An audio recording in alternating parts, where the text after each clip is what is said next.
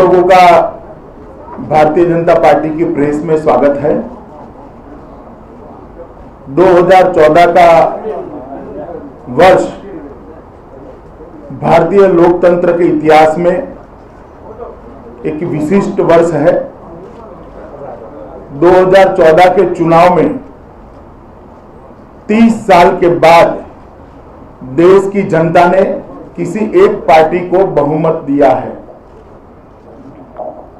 உங்கள் அனைவரையும் பாரதிய ஜனதா கட்சியினுடைய பத்திரிகையாளர் கூட்டத்திற்கு வரவேற்கிறேன். 2014 இந்தியாவினுடைய ஜனநாயகத்தின் சரித்திரத்தில் மிகவும் விசேஷமான ஒரு ஆண்டு. ஏனென்றால் 30 ஆண்டுகளுக்கு பிறகு ஒரு கட்சி தனிப்பெரும்பான்மையோடு இந்த தேர்தலில் ஆட்சி அமைத்திருக்கிறது. 2014 के चुनाव में ही भारतीय जनता पार्टी ने श्री नरेंद्र मोदी के नेतृत्व में भारतीय जनता पार्टी के साथ एनडीए के सभी घटक दल ने अभूतपूर्व सफलता हासिल कर सरकार बनाई है और तमिलनाडु में भी एनडीए पार्टनर्स को 19% से ज्यादा वोट मिले हैं, जो अब तक के इतिहास में सबसे ज्यादा है। இந்த 2016 தேர்தலில் தான் நரேந்திர மோடி அவர்கள் தலைமையில் பிஜேபி தேசிய ஜனநாயக கூட்டணி மிக அதிகமான பெரும்பான்மையோடு ஆட்சி அமைத்திருக்கிறது. தமிழகத்திலும் கூட இந்த தேசிய ஜனநாயக கூட்டணிக்கு 19% வாக்குகள் கிடைத்திருப்பது இது முதல் முறையிலே இது அதிகமான வாக்குகளாகும். ये 6 महीने के शासन में नरेंद्र मोदी सरकार ने सबसे पहला काम महंगाई के त्रास से जनता को बचाने का किया है। 10 साल के अंदर सबसे कम थोक महंगाई की दर 0% नवंबर मास में हुई है, जो यूपीए के शासनकाल में करीब 7% हुआ करती थी। இந்த 6 மாதத்திலே திரு மோடி அவர்களுடைய அரசாங்கம் முதல்ல மக்களை விலைவாசி உயர்விலிருந்து காப்பாற்றுவதற்கான நடவடிக்கைகள் மேற்கொண்டிருக்கிறது. இந்த 6 மாதத்தில் இன்ஃப்ளேஷன் விலைவாசி உயர்வு குறியீட்டு எண் 0க்கு வந்திருக்கிறது. ஆனால் ஐக்கிய முற்போக்கு கூட்டணியுடைய 10 ஆண்டு கால ஆட்சியிலே அது 7% அதிகமாக இருந்தது. पेट्रोल और डीजल के दाम भी 6 महीने में 10 बार से ज्यादा बार कम हुए हैं। उससे आम जनता के प्रति व्यक्ति को जो कोई न कोई व्हीकल उपयोग करते हैं उनको 500 से 1500 रुपये के बीच में बचत हो रही है। இந்த 6 மாதத்துல பெட்ரோல் டீசல் விலை 10 முறை குறைக்கப்பட்டிருக்கிறது. அதனால் வாகனங்கள் உபயோகப்படுத்துகின்ற ஒவ்வொருவருக்கும் 500 ரூபாயிலிருந்து 1500 ரூபாய் வரை சேமிப்பு ஏற்பட்டிருக்கிறது. बेरोजगारी को एड्रेस करने के लिए भारतीय जनता पार्टी की मोदी सरकार ने मेक इन इंडिया प्रोग्राम को लॉन्च किया है। प्रधानमंत्री जी ने 15 अगस्त को मेक इन इंडिया की घोषणा की थी और सितंबर मास में ही मेक इन इंडिया का डिटेल ब्लूप्रिंट के साथ उसको लॉन्च किया गया है। வேலை இல்லா திண்டாட்டத்தை போக்குவதற்காக மோடி அவர்களுடைய அரசாங்கம் மேக் இன் இந்தியா இந்தியாவில் உற்பத்தி செய்வோம் என்கிற திட்டத்தை ஆகஸ்ட் மாதம் 15ஆம் தேதி அறிவித்தது. அதில் ஒரு மாதத்திற்குள்ளாக அதுக்கான ப்ளூ பிரிண்ட் தயார் செய்து வெளியிடப்பட்டிருக்கிறது. मेक इन इंडिया के तहत देश के मैन्युफैक्चरिंग सेक्टर को बहुत बड़ा बढ़ावा मिलेगा। करीब 3000 से ज्यादा विदेशी कंपनियां भारत में मैन्युफैक्चरिंग शुरू करने के लिए अपना इरादा जता चुकी है। இதன் மூலமாக மேனுஃபேக்சரிங் செக்டார்ல உற்பத்தி துறையில அதிகமான வளர்ச்சி ஏற்படும். இதன் மூலமாக இதுவரை 3000க்கும் மேற்பட்ட அந்நிய கம்பெனிகள் அவருடைய திட்டத்தை தயார் செய்திருக்கிறார்கள். जो रोजगारी मेक इन इंडिया में मैन्युफैक्चरिंग बढ़ावे के कारण अर्जित होगी, उसको एड्रेस करने के लिए स्किल डेवलपमेंट का एक नया डिपार्टमेंट भारत सरकार के अंतर्गत श्री मोदी जी ने शुरू किया है और एक full time minister skill department ministry के लिए भी अलॉट किया है। இந்த மேக் இன் இந்தியா திட்டத்தின் மூலமாக உற்பத்தி துறையில வளர்ச்சி வரும் பொழுது அதில் வேலை பார்ப்பதற்கு தகுதியானவர்களை உருவாக்குவதற்காக ஸ்கில் டெவலப்மெண்ட் அவர்களுடைய தகுதியை மேம்படுத்துவதற்கான திறமை மேம்படுத்துவதற்கான திட்டத்தை அறிவித்திருக்கிறது। இதற்காக ஒரு தனி அமைச்சகமே உருவாக்கப்பட்டிருக்கிறது। पहले 150 से ज्यादा ग्रुप और मिनिस्टर अलग अलग सवालों के लिए बनाए गए थे। वो सभी के सभी ग्रुप ऑफ मिनिस्टर को भंग किया गया है और मंत्री खुद अपने डिपार्टमेंट के फैसले लेते हैं और सरकार पॉलिसी पैरालिसिस की स्थिति में से बाहर आई है। 150க்கும் மேற்பட்ட குரூப் ஆஃப் மினிஸ்டர்ஸ் இருந்தது। அதில் இப்ப முடிவுக்கு கொண்டு வரப்பட்டு அந்தந்த துறையினுடைய முடிவுகளை அந்தந்த அமைச்சரே எடுக்கின்ற ஒரு சூழ்நிலை உருவாகி இருக்கிறது। இதனால இதுவரை இருந்த பாலிசி पैरालिसिस முடிவுக்கு கொண்டு வரப்பட்டிருக்கிறது। 50 साल से जो योजना आयोग काम कर रहा था उसमें काफी कमियां कहीं न कहीं चर्चा में आ रही थी। सरकार ने एक बहुत अच्छा निर्णय दिया है कि योजना आयोग की जगह एक नई संस्था बनाने का निर्णय लिया है, मगर उसके लिए देश के सभी मुख्यमंत्री सभी पार्टियों के मुख्यमंत्रियों के साथ चर्चा की है और एक नया कंसेप्ट भारतीय जनता पार्टी के प्रधानमंत्री श्री मोदी ने दिया है। पहले प्रधानमंत्री और उनकी कैबिनेट ही टीम इंडिया हुआ करती थी।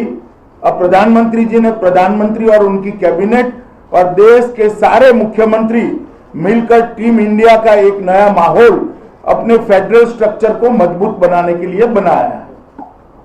50 ஆண்டுகளாக திட்ட கமிஷனுடைய செயல்பாடுகள் பற்றி பல்வேறு புகார்கள் இருந்தது। ஆகவே இப்பொழுது அந்த திட்ட கமிஷன் இருக்கின்ற இடத்துல முன்னையெல்லாம் பிரதமரும் கேபினெட் மந்திரிகளும் தான் முடிவெடுத்துக் கொண்டிருந்தார்கள்। இப்போ அதற்கு பதிலாக அந்த இடத்துல புதிய அமைப்பானது கொண்டு வரப்பட்டிருக்கிறது। இதில் எல்லா முதலமைச்சருமாக சேர்ந்து இது டீம் இந்தியா என்கின்ற புது அமைப்பு, அதாவது இந்தியாவுடைய சமஷ்டி முறையை பாதுகாக்கின்ற விதத்தில் மோடிஜி அவர்கள் இந்த புதிய திட்டத்தை கொண்டு வந்திருக்கிறார்கள்।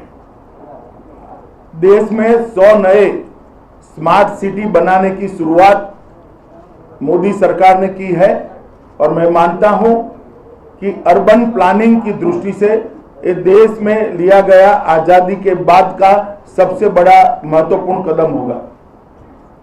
அதே போல 100 ஸ்மார்ட் சிட்டி திட்டங்கள் கொண்டு வரப்பட்டிருக்கு। இதன் மூலமாக நகர்ப்புற வளர்ச்சியில முதலாக ஒரு மிகப்பெரிய ஒரு நடவடிக்கை இந்த அரசாங்கம் மேற்கொண்டிருக்கிறது। जब पहले अटल जी के नेतृत्व में एनडीए की सरकार बनी थी तब देश का विकास दर जीडीपी 4.2% था और जब हमने शासन छोड़ा तब 8.6 पर छोड़कर गए थे। फिर से जब यूपीए के शासन के बाद हमने शासन हाथ में लिया, हमें 4.6 जीडीपी विरासत में मिला था। एक ही तिमाही में एक ही क्वार्टर में इसको 4.6 से 5.7 तक पहुंचाने में हमें सफलता मिली है। திரு வாஜ்பாய் அவர்களுடைய ஆட்சியில் இந்த நாட்டினுடைய மேம்பாட்டுக்கான நடவடிக்கை நாம் மேற்கொண்டோம்। ஆட்சிக்கு நாம் வரும்பொழுது நம் நாட்டினுடைய வளர்ச்சி விகிதம் 4.2% இருந்ததை 8.7% நாம் ஆட்சியிலிருந்து இந்திய ஆட்சியை விட்டு வரும்பொழுது உயர்ந்தது। ஆனால் திருப்பியும் 10 ஆண்டு காலம் ஐக்கிய முற்போக்கு கூட்டணி ஆட்சிக்கு பிறகு நாம் ஆட்சிக்கு வந்த பொழுது நாட்டினுடைய ஜிடிபி வளர்ச்சி 4.6% இருந்தது। அது இந்த 3 மாதத்துல 5.7% வளர்ந்திருக்கிறது। जन धन योजना के द्वारा देश के उन 40% फैमिली जिनको आजादी के बाद अपनी फैमिली में एक भी बैंक अकाउंट खोलने का मौका नहीं मिला था, उनके लिए जन धन योजना बनाकर हर फैमिली में कम से कम एक बैंक अकाउंट हो, इसकी योजना की शुरुआत की है और 6 ही महीनों में 8.5 करोड़ से ज्यादा बैंक अकाउंट खोले गए हैं और सभी को 1 लाख का एक्सीडेंट बीमा सरकार की ओर से दिया गया है। इस तरह से अर्थतंत्र का दायरा देश के सभी नागरिकों तक बढ़ाने में भारतीय जनता पार्टी की सरकार काफी हद तक सफल हुई।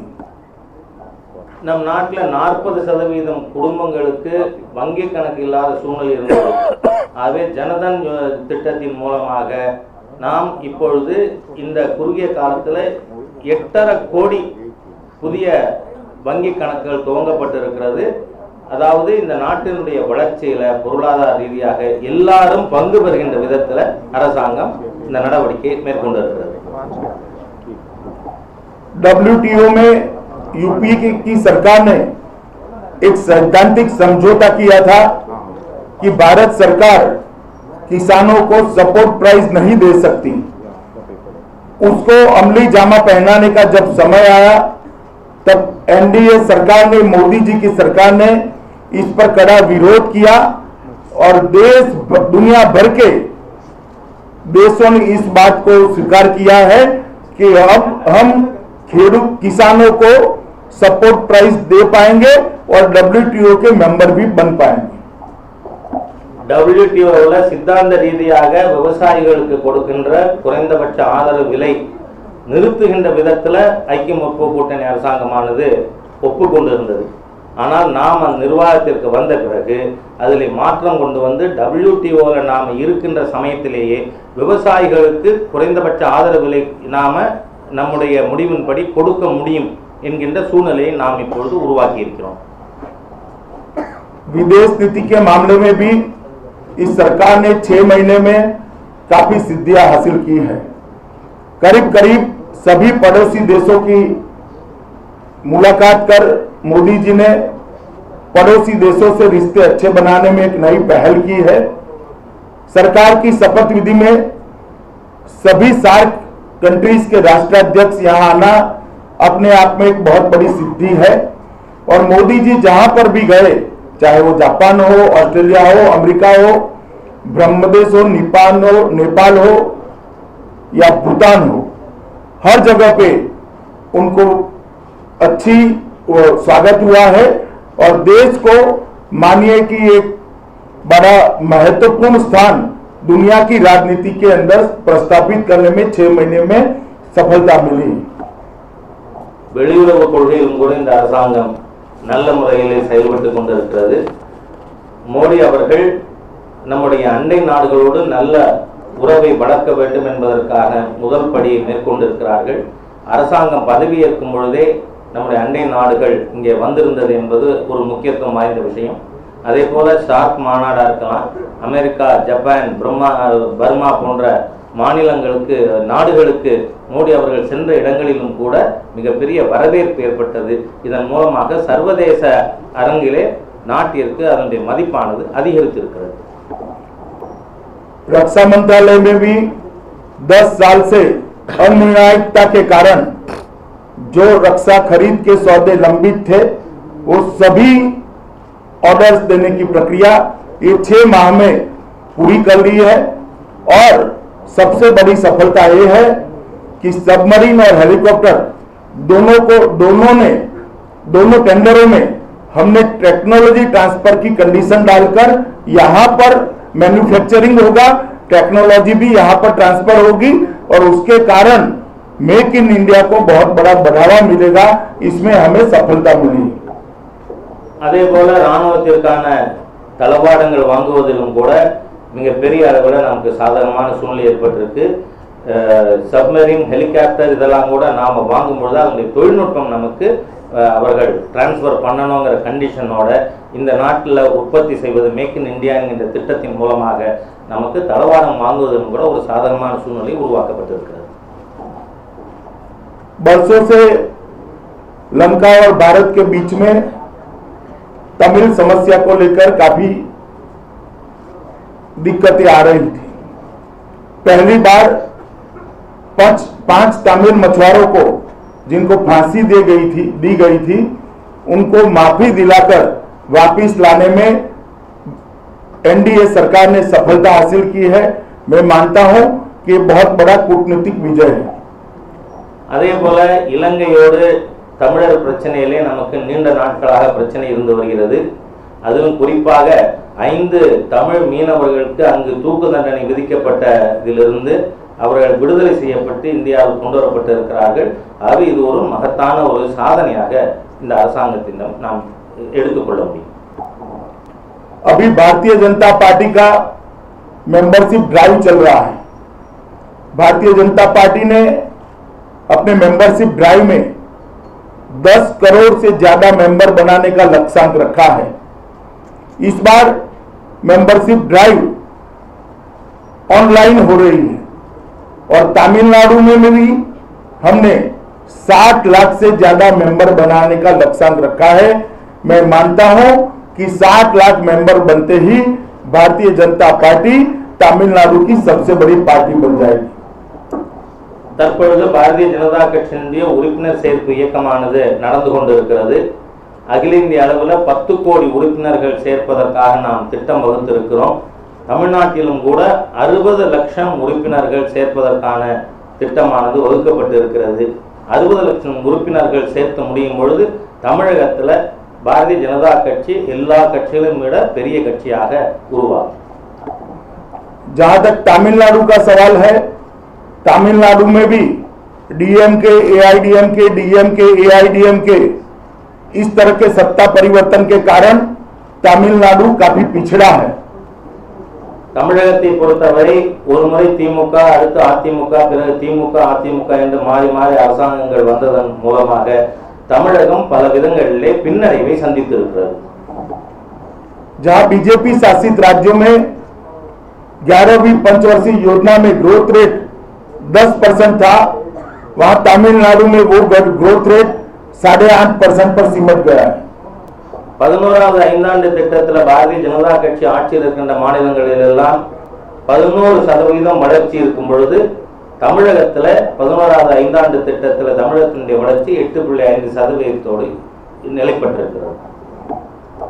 बेरोजगारी की दर भी तमिलनाडु में 11% है, अरे 9% है, और बीजेपी शासित राज्यों में बेरोजगारी की दर 1% के नीचे रही है. அதே போல வேலையில்லா திண்டாட்டம் தமிழகத்தில் 9% இருக்கிறது. பாரதிய ஜனதா கட்சி ஆட்சி செய்யும் மாநிலங்களில் இது 1% இருந்து கொண்டிருக்கிறது. गरीबी दूर करने में तमिलनाडु देश में 11वें नंबर पर चला गया है. அதே போல வறுமை ஒழிக்கின்ற விஷயத்தில் தமிழ்நாடு 11வது இடத்திற்கு தள்ளப்பட்டிருக்கிறது. पर कैपिटा इनकम के मामले में कभी तमिलनाडु देश में ऊपर के स्थान पर रहता था, उसमें भी तमिलनाडु पर कैपिटा इनकम में देश में 10वें स्थान पर आ गया है. அதே போல தனிநபர் வருமானத்தில் தமிழ்நாடு மிக உயர்ந்த நிலையில் இருந்தது. ஆனால் தற்பொழுது தமிழ்நாடு 9வது இடத்திற்கு தள்ளப்பட்டிருக்கிறது. अब आप लोग सवाल पूछ सकते हैं. நீங்க கேள்வி கேட்கலாம்.